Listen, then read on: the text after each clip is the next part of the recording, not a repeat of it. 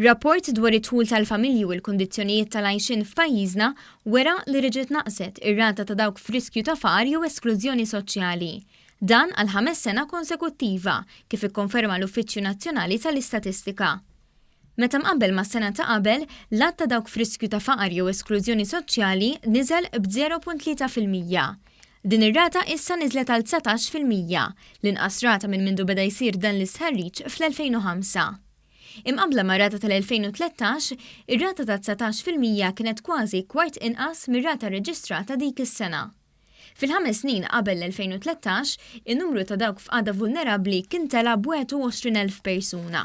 B'kuntrast, fil-5 snin wara l-2013, l-att ta' dawk f'riskju ta' faqar jew esklużjoni soċjali naqas bi 13,000 persuna. Tnaqqis sinifikanti ieħor f'dawn il-5 snin kien dak fost it-tfal. Dan niżel b'7,000 jew kważi terz ta' dawk li kienu f'din is-sitwazzjoni fl-2013. Iċ-ċifri tal-Uffiċċju Nazzjonali tal-Istatistika juru li dħul disponibbli tal-familja medja kien ilaħħaq is-27,800 euro, żieda ta' kważi 5,500 euro meta mqabbel ma' dħul tal-2012. Ix-xejra pożittiva fil-qagħda tal-familji toħroġ ukoll mill-fatt li r-rata ta' dawk f'sitwazzjoni ta' ċaħda materjali severa naqset għal 3%, tnaqqis sostanzjali fuq in-numru ta' snin ilu. L-istatistika uffiċjali turi wkoll li meta mqabbel mal-2013, il-proporzjon ta' dawk li mhux ilaħqu ma' kontijiet ta' dawl u ilma, kirjiet jew ħlasijiet ta' djun naqas b'77%. Fin jirrigwardja l-proporzjon ta' dawk li ma kinux jifilħu jħallsu b'tala ta' ġimgħa l-bogħod minn darhom naqas b'38%.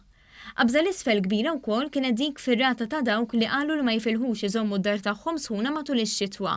L-att tagħhom dawn niżel b'64%.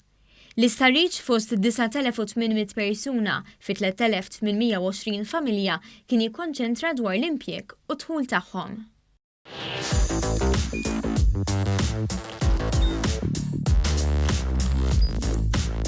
Idħol fuq one.com.mt u hemmhekk tista' tara l-programmi kollha li jxandru fuq One permezz ta' One Play.